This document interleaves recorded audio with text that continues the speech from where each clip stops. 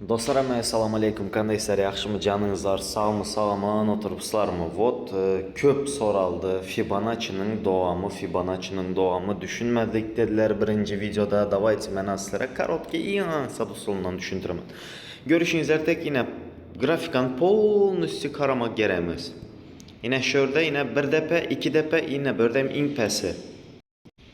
Şu ing pesinden tutamız da hazır ki ing depesine çenli. Sonku. O gerekmez bizlere baştaki depe, o depe, bu depe gerekmedi. Yine Fibonacci'ni aldık. Например, bir azrak berra çözüp yine yine pestekiye koydu yine şunu hazır ing pesine.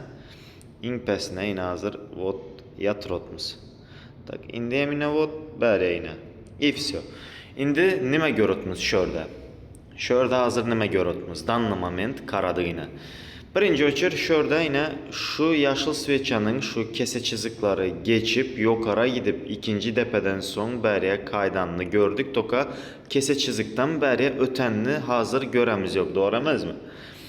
İndi hazır şu sveça yine şu taza sveça pese döyse pese alamız. Yukarı döyüp da hazır ne yukarı alamız bizlerim. Потому что kese çiziği geçmedi ki pese gitsin dальнейшем.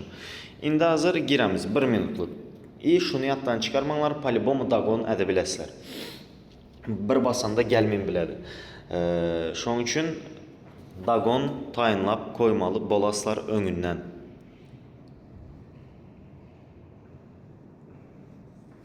Ne hazır göremiz tak 3 2 1 и yine hemen girdim.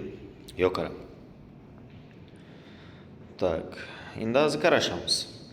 Az karanlar takoy zonada bizler ne yukarıda ötüptü ne pesede ötən.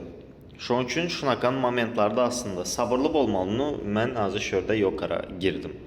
Потому что bizlere birinci подтверждение kese çiziklerden pese düşmeyeni, ikinci подтверждением şu sveçanın pese döymeyeni.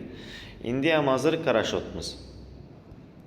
И üçüncü подтверждением sizlere yine şu medvejni sveçanın bu bıçı sveçe aldı öz içine dostlar.